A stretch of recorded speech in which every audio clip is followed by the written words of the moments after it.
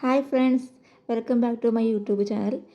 ഇന്ന് നമ്മൾ ഉണ്ടാക്കാൻ പോകുന്നത് പഴുത്ത നേന്ത്രപ്പഴം കൊണ്ട് വളരെ സോഫ്റ്റും ടേസ്റ്റിയുമായിട്ടുള്ള നല്ലൊരു നാടൻ പഴമടയാണ്.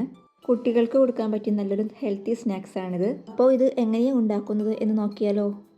ആദ്യം തന്നെ ഞാൻ 2 നേന്ത്രപ്പഴം എടുത്തിട്ടുണ്ട്. അത് ഞാനൊന്ന് പുഴുങ്ങിയിട്ട് ഇതിൻ്റെ ചൂട് ആറിയ ശേഷം തൊലി കളഞ്ഞ് ഞാനൊരു പാത്രത്തിലോട്ടേക്ക് മാറ്റിയിട്ടുണ്ട്.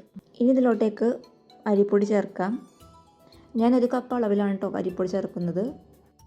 ഇനി അടുത്തത് ചെറുകിയ തേങ്ങയാണ്, അതും ഇതിലോട്ട് ചേർത്ത് കൊടുക്കാം.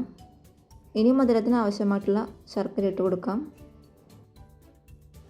ഇനി ഇതിലോട്ടേക്ക് നല്ല ഫ്ലേവറിന് വേണ്ടിയിട്ട് ഏലക്കായ പൊടി ചേർത്ത് കൊടുക്കുന്നുണ്ട്.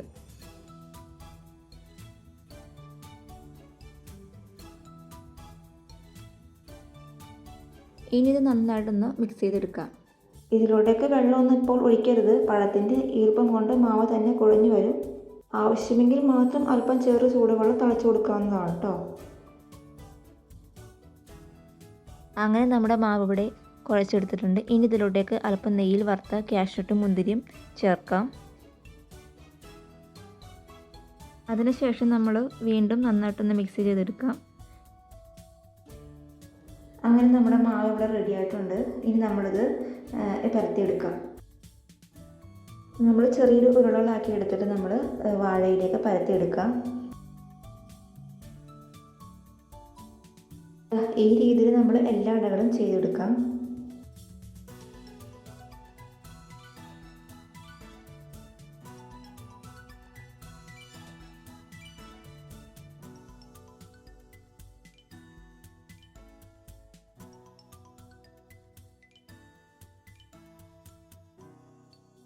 അങ്ങനെ എല്ലാ ഇടകളും ഞാനിതുപോലെ തന്നെ ഇലയിൽ പരത്തിയിട്ടിട്ടുണ്ട്. ഇനി നമ്മളത് വേവിച്ചെടുക്കാം.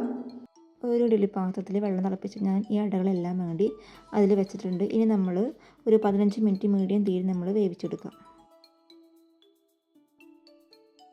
അങ്ങനെ നമ്മുടെ സ്വാദിഷ്ടമായ പഴമട ഇവിടെ റെഡി ആയിട്ടുണ്ട്. നല്ല ചൂട് ചായയോടൊപ്പം കഴിക്കാൻ പറ്റിയ നല്ല സൂപ്പർ സ്നാക്സ് ഇവിടെ റെഡി ആയിട്ടുണ്ട്. എല്ലാവരും ഇതൊന്ന് വീട്ടിൽ ട്രൈ ചെയ്ത് നോക്കണം.